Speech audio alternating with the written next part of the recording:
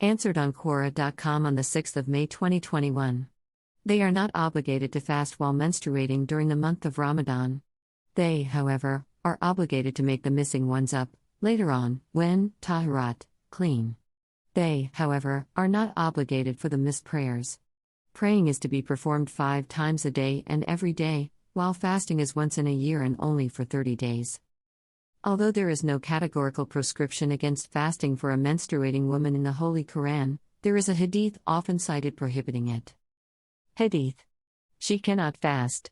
It is declared in a Hadith narrated by Aisha, R.A., that the fasts that are not observed during menstruation must be made up later, but the prayers missed during menstruation are forgiven. Bukhari. The impurity of a menstruating woman, like that of a man in Junub, has been ascertained in the case of touching the Holy Qura'an, only. Q. 5679. Q. 2-222, however, establishes the harmfulness of having sexual intercourse with a menstruating woman, not impurity. The impurity of a menstruating woman has been blown out of proportion in Judaism and Christianity, as follows.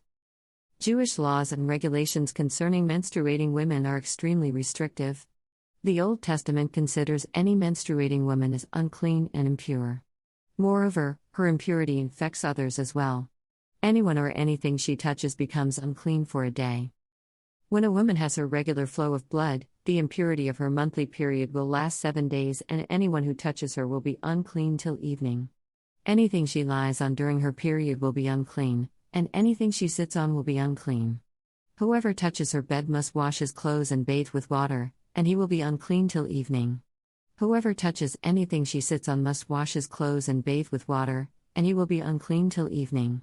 Whether it is the bed or anything she was sitting on when anyone touches it, he will be unclean till evening. Leviticus 15:19-23. Due to her contaminating nature, a menstruating woman was sometimes banished to avoid any possibility of any contact with her. She was sent to a special house called the House of Uncleanness for the whole period of her impurity. The Talmud considers a menstruating woman fatal even without any physical contact. Our rabbis taught, if a menstruating woman passes between 2 men, if it is at the beginning of her menses she will slay one of them, and if it is at the end of her menses she will cause strife between them. Pes. 111a. Furthermore, the husband of a menstruating woman was forbidden to enter the synagogue if he had been made unclean by her, even by the dust under her feet. A priest whose wife, daughter, or mother was menstruating could not recite priestly blessing in the synagogue. No wonder many Jewish women still refer to menstruation as the curse. Islam does not consider a menstruating woman to possess any kind of contagious uncleanness. She is neither untouchable nor cursed. She practices her normal life with only one restriction: a married couple is not allowed to have sexual intercourse during the period of menstruation.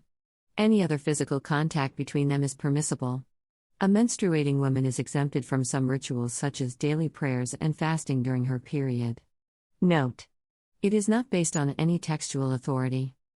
The scholars unanimously agree that it is forbidden for a menstruating woman to fast, and that she has to make up the days that she misses because of menstruation if that was an obligatory fast, as in Ramadan.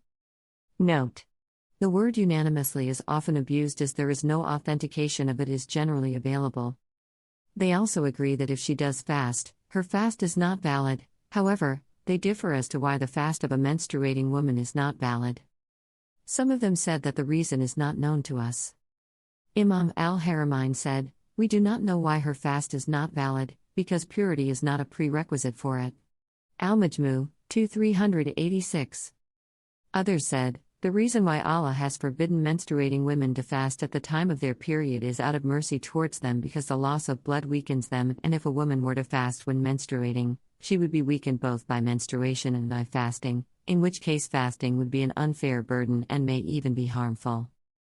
Shaykh al-Islam, Ibn Taymiyyah, said in Majmu' al-Fatawa, 25-234. About menstruation we say, Islam brings moderation in all things, and going to extremes in worship is a kind of unfairness that the lawgiver forbids, and commands us to be moderate in worship. My humble opinion, not an edict or fatwa.